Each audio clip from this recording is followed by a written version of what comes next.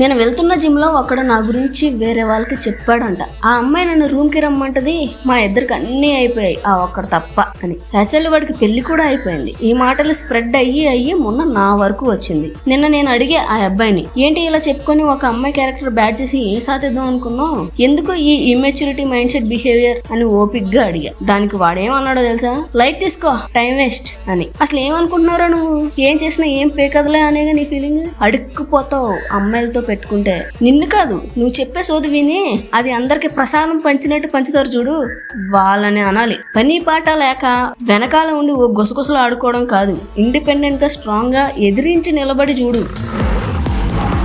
ఇంకోసారి ఎవరైనా మాట్లాడాలి అంటే వనకాలి కింద.